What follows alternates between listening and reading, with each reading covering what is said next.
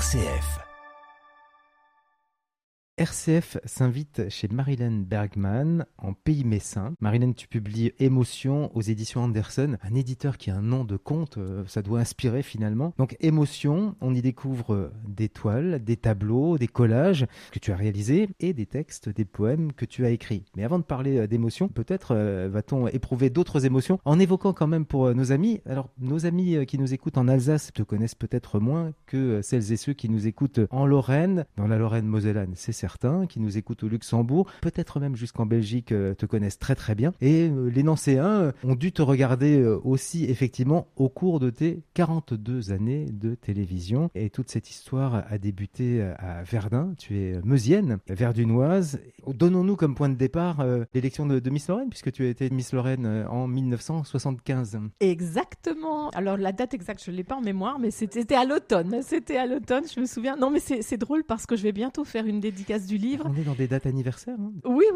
Mais ce qui est drôle, c'est que 50 ans après l'élection de Miss Lorraine, je vais faire une dédicace de mon livre à l'endroit même où j'ai été élue, à Hautbouët. C'était voilà. à Hautbouët. Oui, c'était à Hautbouët. Ah ben oui, prenons ça comme point de départ de la vie médiatique en tout cas. Qu'est-ce qui t'a donné le courage d'y aller pour l'élection de Miss Lorraine ? Alors en effet, j'avais 18 ans et je venais de passer mon baccalauréat économique et social, mais j'avais pas encore de voix professionnelle et je rêvais beaucoup de spectacles. Moi, je rêvais de comédie musicale. Donc voilà, les concours de Miss, c'était déjà quelque chose un peu dans la lumière. Il y a des projecteurs, il y a une scène. Exactement. Et c'était aussi un défi parce que j'étais extrêmement timide, mais je voulais surmonter ce handicap et je voulais prouver que je pouvais vaincre mes peurs. J'avais fait des concours aussi avant Miss Lorraine. J'avais fait Miss Football, Miss Muguet. Miss Muguet, tu es née un 1er mai. Exactement. Et c'était à Beaulieu en Argonne. Et en fait, c'était avec des copines. On avait 16-17 ans et on s'encourageait et on y allait ensemble. Miss Lorraine, j'y suis allée toute seule. C'était déjà un niveau supérieur et je me disais, on sait pas, peut-être ce sera un tremplin vers autre chose, vers un métier médiatique. Je m'attendais pas du tout à faire de la télévision. C'était voilà le rêve du moment, mais j'ai réussi à vaincre cette petite réticence à me montrer en public. Mais je vais te citer, Marilène, extrait du poème Victoire, finalement, qui correspond à ce que tu viens de dire et le fait d'y aller. Donc, il est de valeureux combats qui se livrent sans adversaire. On est juste face à soi. Étrange et rude bras de fer. Ben, c'était ça, finalement. C'était tout à fait ça. Ah oui, les plus belles victoires sont celles que l'on remporte sur soi-même. C'est le titre du tableau qui accompagne le poème et c'est un peu l'histoire de ma vie, effectivement. Et il y a eu cette rencontre avec Jacques Navadik, qui avait, lui, publié un livre sur les 20 ans de Télé Luxembourg. Tout à fait. Et c'est pour acheter ce livre que je me suis rendue dans la librairie de ma ville natale, Verdun. Ma maman m'avait envoyé. Et je suis arrivée à la fin de la dédicace. Il n'y avait plus beaucoup de monde. Et comme, voilà, je fais référence à ce que j'ai dit avant, j'avais été élue Miss Football et le patron de la librairie était le président du Football Club de Verdun. Donc, il m'a présenté à Monsieur Navadik. Et en fait, ma maman m'avait envoyé et je savais pas trop à quoi m'attendre. Mais vu que l'atmosphère s'est détendue tout de suite parce qu'il était très chaleureux, très paternaliste comme ça. C'est pas du tout le genre d'homme qui allait draguer, voilà. Et il a appris que j'avais été Miss Lorraine, et il m'a fait une très jolie dédicace, et il m'a demandé si ça m'intéresserait un jour. Il faisait du casting sauvage. Voilà. Aujourd'hui, on dirait, il fait du casting sauvage. Tout à fait, et il était toujours en recherche de jeunes femmes qui pouvaient devenir speakerines, les maîtresses de maison de la chaîne. Et bon, j'étais toute jeune, et très timide encore une fois, donc j'ai dit oui comme ça par politesse. Alors à l'époque, il n'y avait pas les portables, nous n'avions même pas le téléphone à la maison, donc je lui ai laissé le téléphone de la voisine,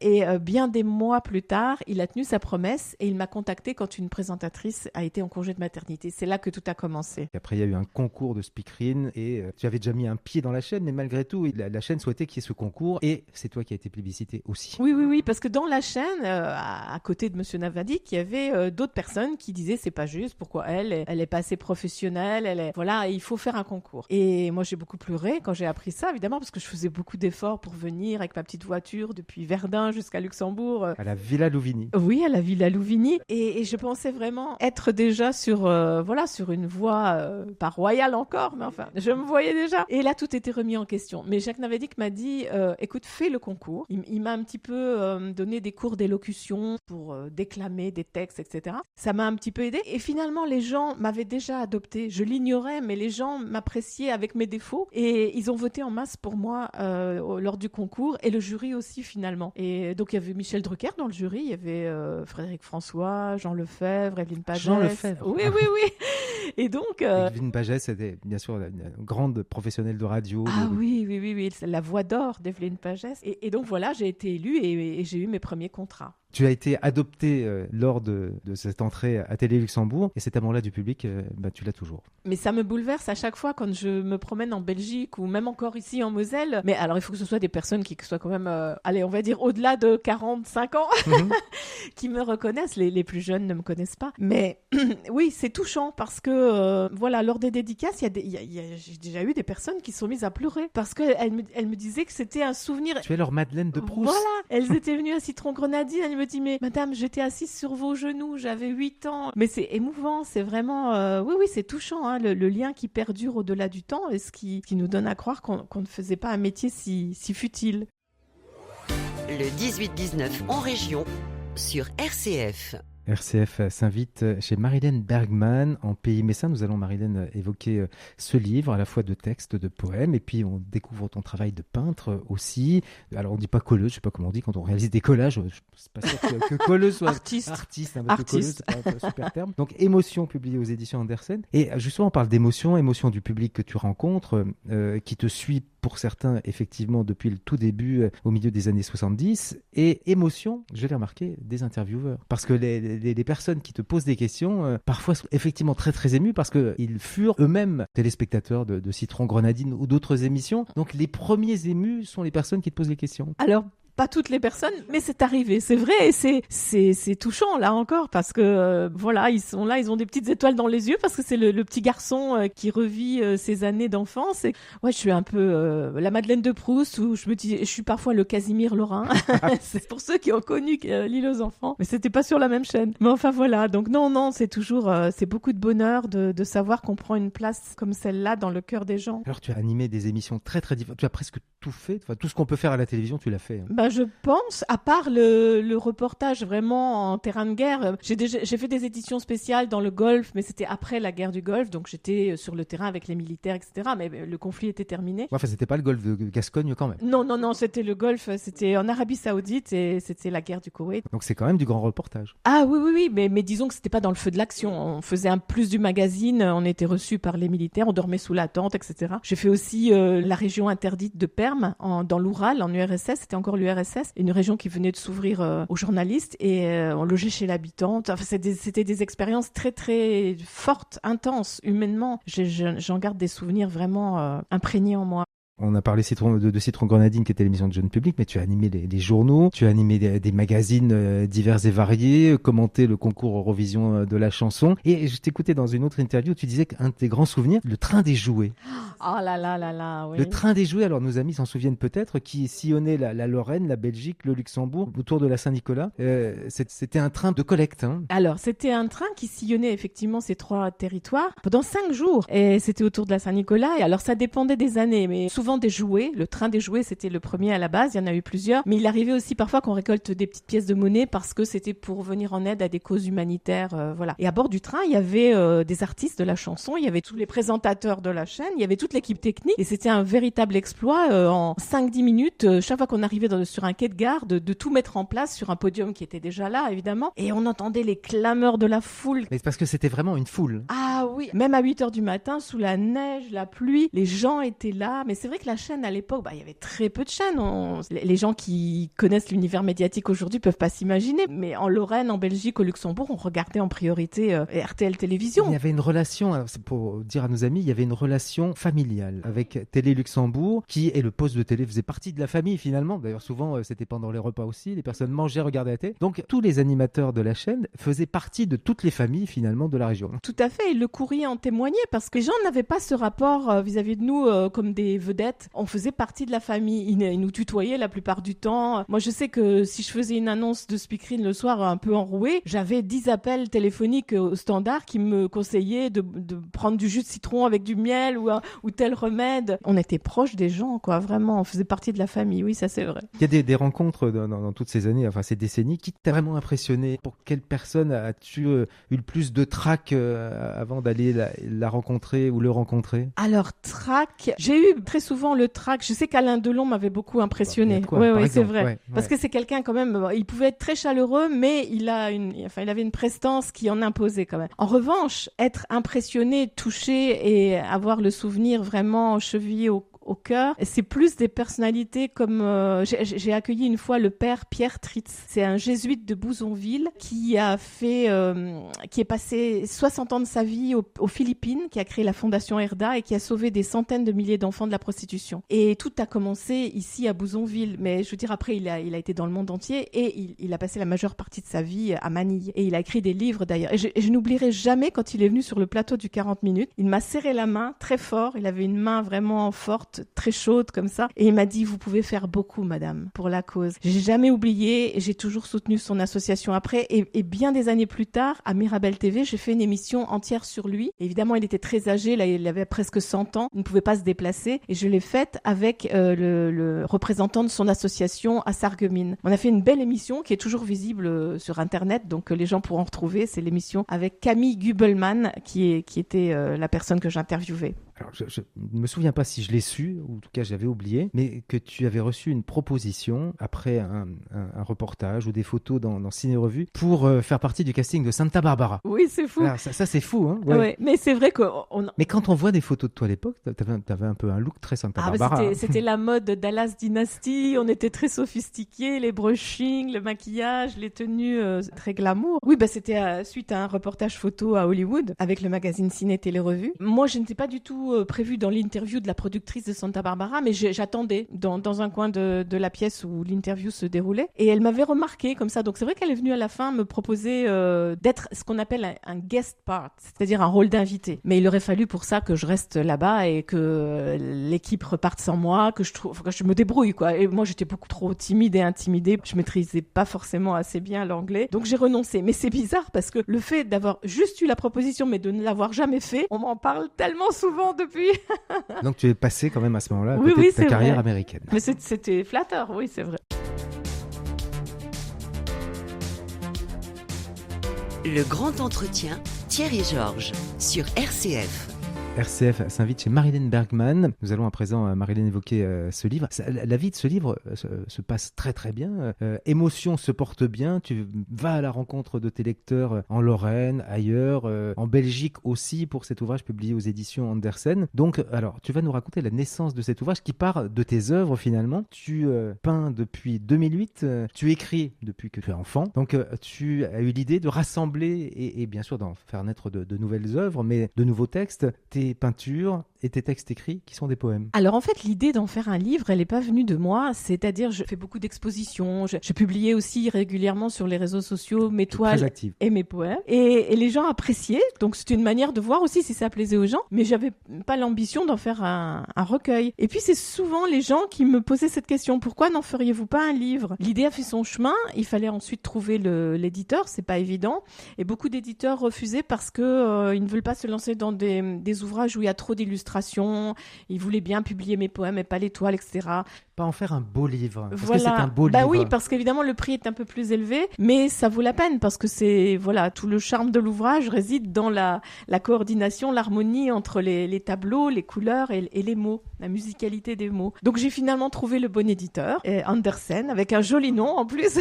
Bergman. Alors Bergman, il y a deux N, parce que je me suis dit, tiens, tu portes le nom de l'un ou le plus grand réalisateur du monde, mais il y avait qu'un à la fin d'Ingmar, mais on a quand même Bergman et Andersen ensemble. Oui, il y a Ingrid aussi. Il y a Ingrid Bergman aussi. Il y a Boris, le compositeur. Boris Bergman. Mais c'est vrai qu'il y a des Bergman absolument célèbres. Donc effectivement, pour cet ouvrage, donc avec des poèmes, le premier poème, c'est Angélique, c'est celui que tu avais écrit quand tu avais, enfin je sais pas si c'est le premier, mais un poème quand tu avais 10 ans. C'est le premier peut-être, je ne sais pas, mais en tout cas c'est le plus ancien que j'ai retrouvé dans les affaires de ma maman quand elle est décédée et que j'ai dû faire un petit peu le tri et tout ça. J'ai retrouvé ce poème et je l'avais écrit, je me souviens, en classe de 6e. Notre professeur de français, mademoiselle Rossi, je me souviens de son nom, nous avait demandé d'écrire un poème. Et moi, j'avais écrit celui-ci. Mais pourquoi Angélique? Alors, je sais pas, mais c'est pareil. Pour chaque poème, ça coule comme ça. C'est comme si ça venait un petit peu d'ailleurs, je sais pas. Alors, ça vient peut-être d'au fond de moi, c'est ma petite voix intérieure, je sais pas. Et c'est bizarre qu'une petite fille de 10 ans parle d'une jeune fille qui rêve parmi les tombes. Mais j'étais très mélancolique déjà enfant.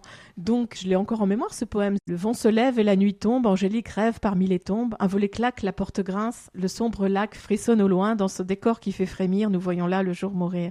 Et je l'ai encore en mémoire. Mais bon, là, il y a une rime qui est pauvre, donc ça avait été corrigé, mais moi, je tenais à ce que ça reste comme ça. On peut dire que c'est ta maman qui t'a éveillé et à la lecture, et à l'art, et à la peinture? Oui, parce que ma maman aimait beaucoup lire. Elle avait une bibliothèque impressionnante. Elle achetait beaucoup de livres. Elle était femme au foyer, hein, mais elle aurait rêvé faire des études et voilà, elle compensait un petit peu avec ça. Elle a lu tellement de littérature française et elle achetait des livres avec les toiles de grands maîtres. Et moi, dès le départ, ça m'avait impressionnée. J'aimais bien dessiner. Elle m'avait appris à dessiner, enfin, appris si on peut dire, parce que bon, c'est inné. Enfin, elle me guidait sur cette voie-là. Et c'est vrai qu'elle a éveillé mon esprit artistique. Puis une autre personne importante. Alors, tu me disais avant qu'on enregistre que tes deux grands-mères s'appelaient Jeanne. Oui, c'est celle qui dans le livre. Dans le livre qui réalisait les meilleures brioches. Ah oui, c'est ma grand-mère maternelle. Et donc, tu as hérité de la recette? Alors, j'ai voulu la reproduire une fois, mais de mémoire, parce que malheureusement, je lui avais pas demandé de l'écrire. Et puis, ma grand-mère, elle faisait des plats comme ça, mais nos grand-mères, elles n'écrivaient pas les recettes. Elles les avaient en elles le faisaient au feeling comme ça. Donc, j'ai essayé de reproduire, mais c'était pas la brioche de ma grand-maman. Non. Et tu lui as dédié un poème. Et je lui ai dédié un poème aussi. Les poèmes sont nombreux, hein, dans Émotion. Avec des thèmes, on retrouve des thèmes communs. Plusieurs poèmes, par exemple, sur la foi. Alors, tu es quelqu'un de très croyante et des poèmes dédiés à Marie. Et donc, la foi est un sujet, une thématique inspirante pour toi. Oui, de plus en plus. Disons que ma foi s'est affermie au fil des années. J'ai toujours été éduquée dans la religion catholique, mais c'est vrai que je n'ai pas beaucoup pratiqué tout au long de ma carrière médiatique. J'allais dans les églises à des occasions pour des mariages, des communions, parfois des obsèques. Mais j'aime surtout aujourd'hui me rendre dans les lieux de culte quand ils sont vides. Et j'ai d'ailleurs un joli poème qui s'appelle « Entrer dans une église » que j'aime beaucoup. Et ça traduit bien cette volonté de se connecter à l'essentiel. Quand il y a beaucoup de monde, alors on pourrait dire que les prières qui s'unissent peuvent favoriser l'élévation de l'esprit. Moi, j'ai besoin d'être seule, d'être dans le silence, de sentir une connexion avec quelque chose qui est ailleurs. Et je me sens pas seule pour autant, parce que justement, on sent des présences vibrantes quand on est dans ce genre de lieu. Et j'adore ça. Un poème également, Prière au soleil levant. Et donc, on sent la référence, on perçoit la référence à Impression au soleil levant de Claude Monet. Et tu consacres des poèmes à Giverny. Hein. Ah, j'adore cet endroit. Ça se fait partie des, comme disait, c'était Maurice Barrès, je crois, les endroits les lieux où souffle l'esprit, que j'ai peut-être dit une bêtise. Non, je sais pas, ça doit être ça quand même. La colline inspirée, tout ça. Maurice Barrès. Ah bah voilà, donc c'est bien ça. Et ça en fait partie parce qu'on sent la présence de Claude Monet à travers tout ce qu'il a laissé derrière lui, le jardin sublime, qui est beau en toute saison, sa maison qui est complètement reconstituée avec le mobilier et tout ça. C'est vraiment des endroits où on... Inspirant. Oui, à inspirant. La fois quand on écrit des poèmes et quand on peint. Exactement. Référence aussi, un poème à une autre peintre. Alors, je vais pas dire que je la connaissais depuis toujours. Moi, je l'ai découverte avec le film Séraphine de Senlis. Et c'est vrai qu'on peut rapprocher, on peut faire un lien entre tes peintures, la façon dont tu peins, et la peinture, parce qu'elle peignait les fleurs, et c'était très très coloré, la peinture de Séraphine de Senlis. Oui, elle n'avait jamais appris à peindre non plus, elle peignait au feeling comme ça, et avec des matériaux. Il paraît qu'elle allait dans les abattoirs chercher du sang de bœuf, elle allait dans les églises recueillir la cire qui coulait, tout ça, et la journée, elle travaillait tellement dur dans les demeures bourgeoises, et la nuit, à la lueur d'une bougie, elle faisait des grandes toiles magnifiques avec des fleurs. Elle n'était pas connue de son vivant, alors elle a terminé dans un hospice, la pauvre. J'ai lu qu'elle était morte de faim même. Oui. Dans une institution psychiatrique. Et son talent a été reconnu bien après. Et aujourd'hui... Sa peinture ne l'a pas enrichi de son vivant. Ah, pas du tout. Non. Mais son histoire est magnifique. Hein. C'est Martin Provost qui a fait un superbe film avec Yolande Moreau. Ouais, Yolande Moreau dans le rôle titre. Mais la connaissais-tu avant le film? Non. Je l'ai découvert. Comme beaucoup de... Oui, voilà, avec le film. Non, ça m'a beaucoup touchée. Oui, c'était émouvant. Mais toi-même, as-tu pris des cours? Non, jamais. Alors, à un moment donné, quand j'ai commencé à faire des toiles, on m'a conseillé de prendre des cours pour techniquement faire des glacis, des choses comme ça un peu plus professionnelles. Mais on me demandait de reproduire à l'identique un tableau de maître en de longs mois de travail.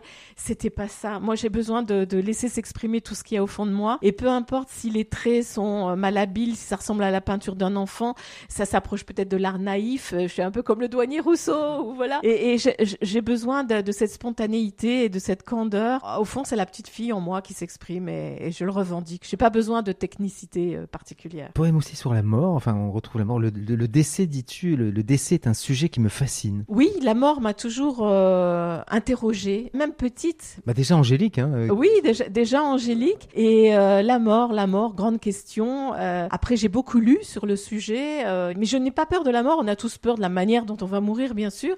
Tu considères la mort comme un passage. Voilà, un passage, c'est ce que dit aussi la religion. Et moi, je suis croyante, donc voilà, je me dis que je ne crois pas à la mort de l'âme. L'âme perdure et j'ai tellement lu de témoignages sur le sujet. Même j'ai reçu dans des émissions des gens qui avaient fait des expériences de mort imminente et c'est passionnant de les écouter. Et on voit que leur vie a changé et ils sont revenus d'un ailleurs que nous ne connaissons pas, mais qui existe. Et voilà. Non, c'est pour ça que ça me fascine.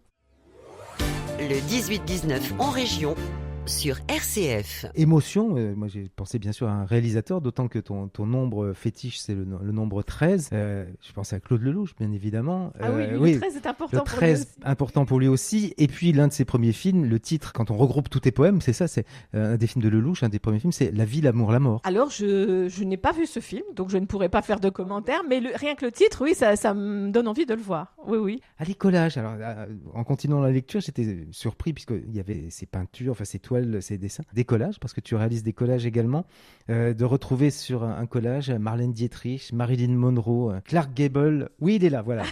Mais c'est vrai, en enregistrant ici, chez toi, en Pays Messin. Il y a des tableaux sur tous les murs. En fait, moi je regarde mes notes, mais je ferais mieux de regarder les murs finalement. Donc When Love Hurts, avec ce fameux Casablanca, Bergman, Bogart, Marilyn Monroe, Havana, qui est un film avec Robert Redford, et Clark Gable dans un coin en haut à droite. Oui, l'illustration des drames amoureux, des peines de cœur, voilà, quand l'amour fait mal, When Love Hurts. Je l'ai mis en anglais parce qu'évidemment toutes les représentations sont des acteurs américains et ça parle à tout le monde. Tout le monde a souffert un jour d'amour. Et il y a Casablanca, le film. Tu te souviens de ce morceau qui est chanté dans Casablanca? As Time Goes By. As Time Goes By, le temps qui passe. Oui. Et justement, c'est aussi, on rejoint tes poèmes. Tu écris quand le nombre de lendemains s'amenuise, leur saveur devient soudainement plus exquise. C'est vrai. Plus on avance dans le temps, plus on savoure chaque instant. Moi, pendant longtemps, je n'ai jamais réussi à savourer l'instant présent. J'étais angoissée par l'avenir et je ressassais le passé. Et du coup, le présent m'échappait constamment. Donc, le présent, pour moi, c'était d'être sur un manège qui tournait. Je faisais les choses qu'il fallait faire, mais je ne savourais pas les choses, je ne ressentais pas tout ce qui m'entourait. Et ça, j'ai appris à le faire avec le temps. Et aussi, depuis que j'ai cessé toute activité professionnelle, là, on prend le temps de vivre, on n'est plus dans l'urgence et ça fait un bien fou. C'est la plus belle partie de ma vie, incontestablement. Avec notamment Roméo, qui est pas très loin de Mon toi. Mon petit chat. C'est un chat. Et alors, il y en a quelques-uns, des chats ici. Donc, je le disais, on est en Pays Messin. Là, il y a une terrasse avec des arbres. Tu es pas très loin de Metz, mais en même temps ailleurs. Oui, j'ai besoin de ce contact avec la nature. Donc, j'ai un petit jardin qui est mon petit Éden à moi, où il y a beaucoup de fleurs. Bon, c'est un jardin foisonnant, comme le jardin de curé, comme on dit. Et il y a des petits chats qui sont nés, voilà, des petits chats d'une maman sauvage. Et du coup, je m'en suis occupée. La maman est partie, puis elle est revenue. Il y a le possible papa qui est là aussi. Il y en a un autre qui est venu se greffer sur la tribu. Donc, j'en ai 6 maintenant dont je m'occupe. Mais il y a seulement le petit Roméo qui est devenu vraiment très proche de moi. C'est un petit peu mon bébé d'amour, comme je dis. Et c'est lui qui m'a choisi, en fait. Ce que tu dis aussi, no more stress. Dirais-tu que tu étais stressée dans tes années? Ah là là, c'est rien de le dire. C'est rien de le dire. J'ai eu du stress en intraveineuse pendant toute ma carrière. Tu étais nourrie au stress. Ah ouais. Mais j'avais déjà des parents qui étaient très angoissés. Donc, ils m'ont communiqué ça.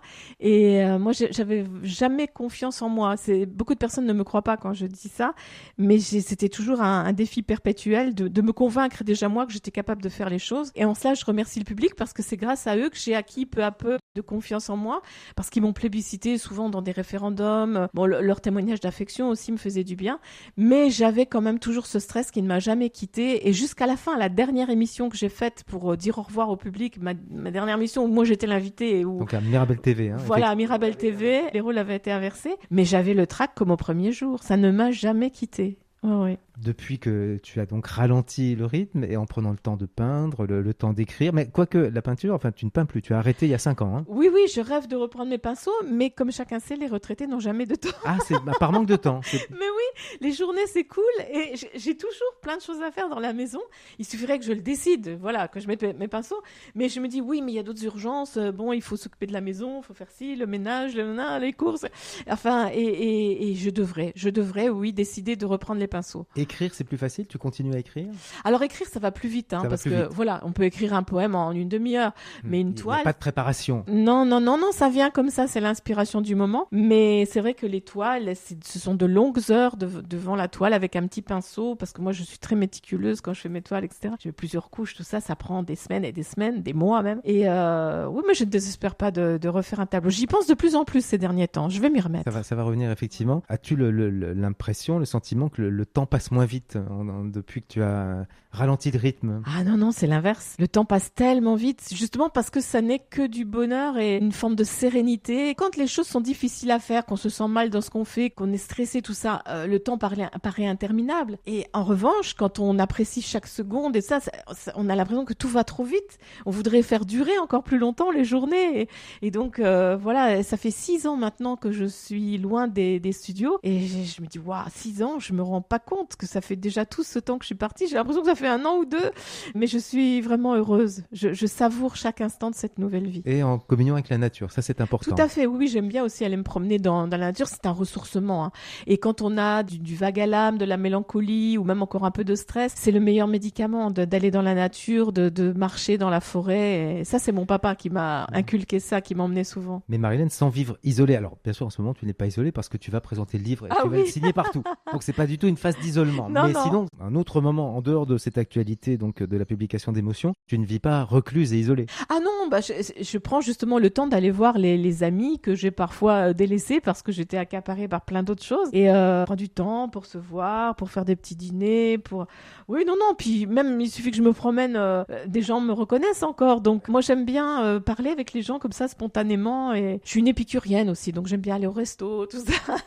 Non, la vie sociale existe encore, bien sûr. Parce que j'ai lu aussi que tu aimais la pluie, que tu aimais les temps maussades et sombres. Ah, j'adore me promener sous la pluie, mais depuis petite déjà. Je me souviens quand je partais à l'école, je prenais pas de parapluie quand il pleuvait. J'étais heureuse d'être sous la pluie. Je sais pas pourquoi. Les temps gris, je me sens bien, ça me rend pas triste. Et la pluie, ça m'abreuve, ça m'apporte une forme de sérénité. C'est comme un rideau, c'est comme quelque chose de doux qui vient du ciel et j'aime beaucoup. C'est marrant si on parle de tristesse parce que l'image qu'on a de toi, je pense nos amis, s'ils se représentent ton visage, je suis persuadée qu'ils se représentent ton visage souriant. Tout à fait, bah oui, parce que la plupart du temps, quand on demande aux gens ce dont ils se souviennent de moi, c'est de mon sourire, effectivement, parce que je l'ai beaucoup pratiqué pendant toute ma carrière.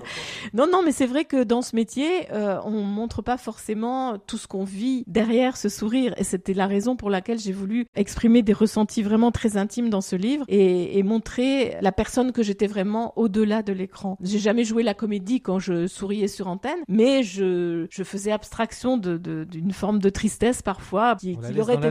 Voilà, on la laisse dans la loge. Oui. Merci beaucoup de nous avoir fait découvrir ce livre Émotions, donc Marilène Bergman, publié chez Andersen, et puis de m'avoir accueilli ici, donc en Pays Messin, dans ton univers, avec de nombreuses toiles, de toi, d'autres, avec les chats, avec les anges, les objets. Les murs ne sont pas vides. Hein. Voilà, ils sont peuplés de choses qui inspirent la sérénité, en fait.